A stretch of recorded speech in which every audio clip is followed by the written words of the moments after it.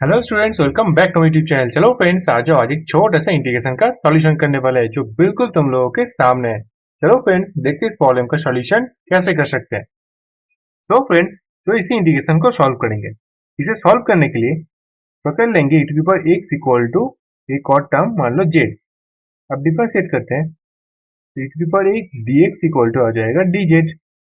अब बस यहाँ पर रिप्लेस करते हैं तो dx इक्वल टू क्या आ जाएगा dz by e to the power x। और e to the power x equal to क्या पकड़ लिया था z, तो आ जाएगा dz बाई z। तो dx के बदले डायरेक्टली लिख लेंगे dz बाय z। अब इसे रूट के अंदर e to the power 2x मतलब e to the power x का होल स्क्वायर, तो क्या आ जाएगा z स्क्वायर और -1। तो ये आ गया इंटीग्रेशन के अंदर टर्म। अब इसे डायरेक्टली ऐसे सॉल्व नहीं करेंगे। तो हम सभी जानते हैं एक और टर्म जैसे कि सेक इनवर्स z, इसका डिफरेंशिएशन मतलब डी बाई डी जेड। अब सेक इनवर्स जेड का डिफरेंशिएशन किया जाता है 1 by Z into Z square -1। अब D of sec inverse Z, तो इसी डी जेड को यहाँ पर लिख लेंगे तो D Z by Z into Z square -1। देखो सेम टर्म मेरे पास यहाँ पर भी है, तो बस इसे रिप्लेस कर देंगे इस टर्म के बदले। तो क्या आ जाएगा D of sec inverse Z.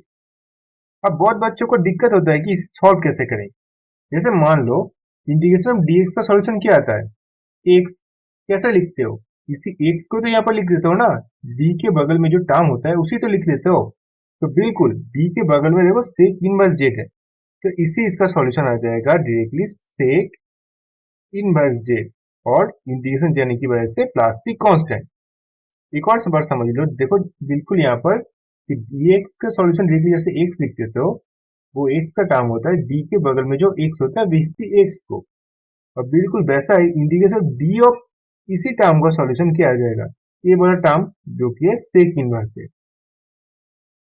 तो sec inverse Z equal to हमने देखो पकड़ लिया था e to the power x, तो इसे रिप्लेस कर देंगे e to the power x से और प्लस सी कांस्टेंट। तो फ्रेंड्स, ये रहा इस प्रॉब्लम का सॉल्यूशन। मेरे ख्याल से तुम लोगों को समझ में आ चुका है कि कैसे सॉल्यूशन किया। अगर अच्छा लगा तो वीडियो को लाइक करना, चैनल को सब्सक्राइब करना मत भूलना। Have a good day.